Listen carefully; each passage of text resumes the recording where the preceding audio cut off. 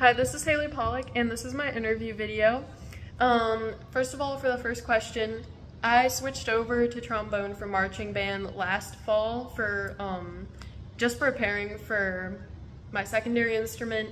I wanted to get super comfortable with bass clef and just playing a low brass instrument coming from being a flute player. And then as for the solo, I played the Haas suite for trombone, and I learned how to perform it by breaking down and identifying where the most difficult sections were, and then I really honed in on those. And I also would get exercises that I warm up with that related to the solo, so that helped a bunch for me.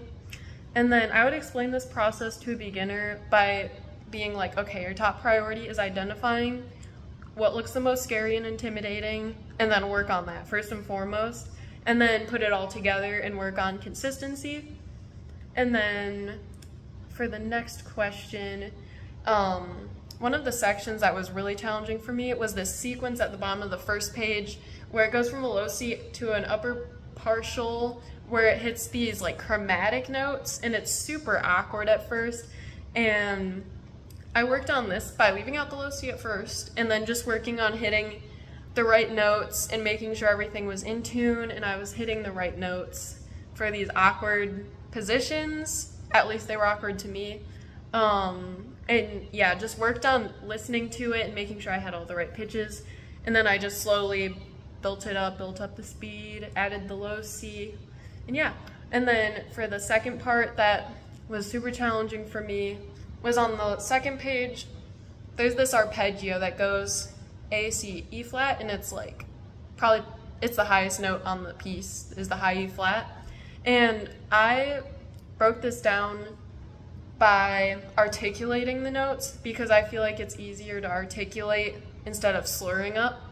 And then another way I worked on this was by implementing arpeggios into my warm-ups.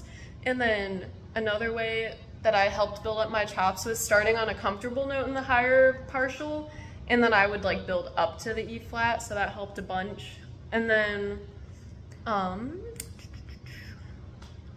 the style of the historical period of the piece is from the Baroque era, and I know this because the Baroque era was from 1600 to 1750, and the composer was alive from 1699 to 1783. So that was like right in his prime there.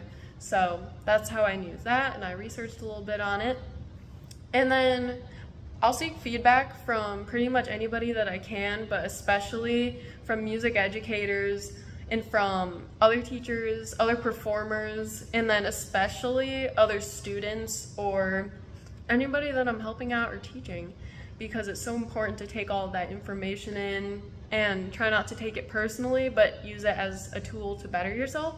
And then I would implement this feedback by taking note of it, and I'll just experiment, see if the feedback helps, if that little change did better me as a teacher or a performer. And if it does, great, I'll just keep it. But if not, I'll just set it aside, but keep it in mind. Keep it in my back pocket for later if needed. And then responsibilities of music teachers are a big one.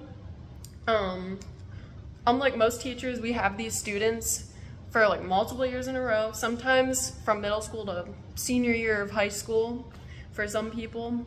Our rooms are also where kids learn all of these social and emotional skills, all of these academic skills, intellectual skills. Like, they learn a lot. They learn work ethic, they learn collaboration with each other, and I feel like you can't fully grow and work on these skills if it's not a safe and welcoming environment to where students can express themselves and actively find themselves, pretty much. So that's a huge responsibility to make this very safe and welcoming environment for students. And then some ways I can encourage diversity in my teaching are by including more composers from different cultures or backgrounds. I think that's super important, and that can teach students so much about each other and the world around us. And it's also super important because music isn't just classical music or band music or orchestra music. There's music all around the world, and there's so much that I feel like the Western world hasn't fully implemented in the classrooms, but it would be so cool to be a part of these students experiencing different cultures and all these different stories and history from around the world.